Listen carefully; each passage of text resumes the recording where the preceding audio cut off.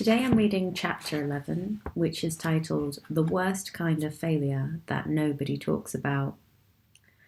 Failure is a very personal topic to me because I think I've felt that way repeatedly for the past 5 years. A lot of people look at me from the outside as somebody who has accomplished more things than I suppose the average person would seek to accomplish in their 20s. However, what they don't realize is that just because you try to do something different, it doesn't necessarily equate to success in and of itself. And the mere fact that you are doing something different from everyone else is already putting you at a higher risk of failure. So there is no doubt that the feeling of failure is a lot stronger and also a lot more personal when you venture out and do your own thing. Unfortunately, that can also get to you then. The failure can make you so afraid to take risks and to have a gung-ho approach to things, and you start to overanalyze every decision that you make and overthink every situation that you are in, and it becomes quite crippling. And that's when you know that the fear of failure and having actually failed, and it's not just a fear but a reality of failure, has gotten to you. So I certainly know better than most people about this topic because, quite literally, the blood, sweat, and tears involved in trying to start my own business. But a lot of people, unfortunately, refuse to talk about it. They kind of want to pretend that it's not a thing, or they try to make me feel better, when in fact I'm actually quite comfortable talking about failure. And to be honest, it never really gets easier. We fail in personal life and we also fail in work.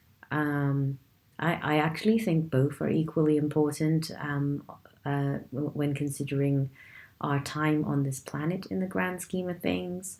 Relationships as well as your career success are massive part of your life, and to some extent I actually think the personal growth side of things is arguably more important. Of course, being a psychologist by training, that's what I would say. I could say a lot about it, but I've already spoken for 3 minutes. So I'm going to read the chapter. It's titled The Worst Kind of Failure That Nobody Talks About. Whether you've noticed it or not, we talk a lot about failure. There are endless inspirational articles about it.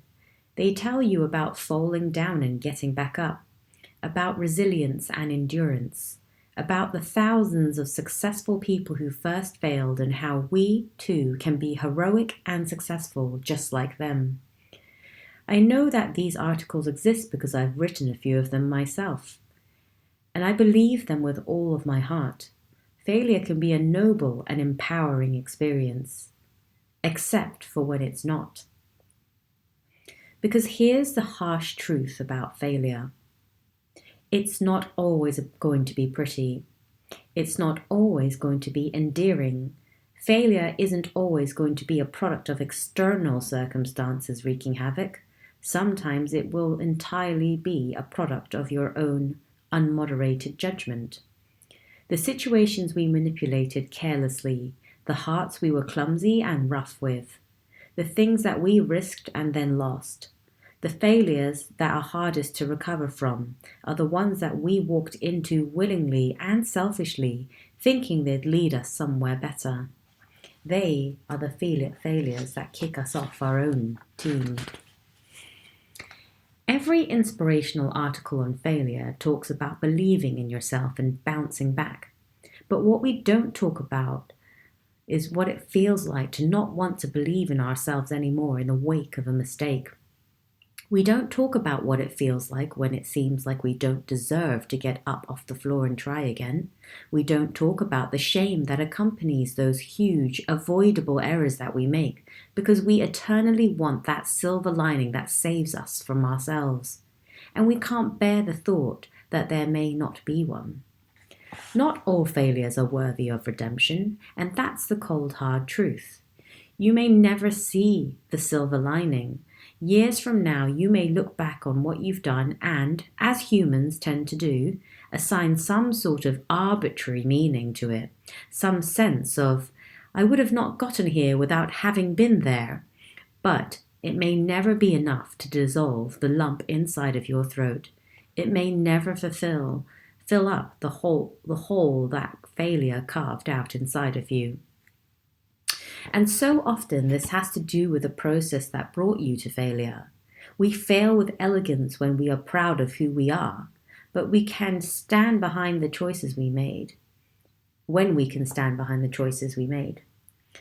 But if we can't, our errors swallow us whole. When you're knocked from a villainous pedestal, that sense of failure is crippling because it leaves you alone with yourself. It forces you to face up to every wrong decision that led you up to that point and to realize who you've become as a result. I understand that more than anyone. I've been somebody who I am not proud of too. Failure isn't always about learning a lesson and to imply as much as demeaning to everyone involved. Some mistakes invoke too much collateral damage to merit a positive spin. So let's simply call failures the one thing that they always are: change. Because by definition, our failures alter everything. We won't always get a glorious comeback from our mistakes, and we shouldn't. Some failures aren't about bouncing right back up and giving it another go. Some failures are about genuine change, intensive self-reflection, and coming to the deep understanding that you can't go on living the way you have been. Some catastrophes are not there to teach you a lesson, but to stop you in your tracks, to humble you, to dissemble the parts of yourself that were operating from a place of pain and to destroy them before they take over you. Some failures are as painful and as disarming as they are because they're there to hold you back from an even worse fate. A life that brings you further and further away from the person you want to be. Some failures are not a lesson learned, but a lesson forced. And it's so often the exact lesson we need. So here's what we do when we get knocked off that pedestal. We get up, not because we're empowered, not because we necessarily deserve to, not because we ought to give whatever twisted goal we were pursuing another go, but because we owe it to the world to get up, to make a change, to let our failures resonate and alter us in ways we would have never previously considered. We cannot spend our time hoping that our big failures will make sense later on. We have to make them sense. We have to choose our own ending.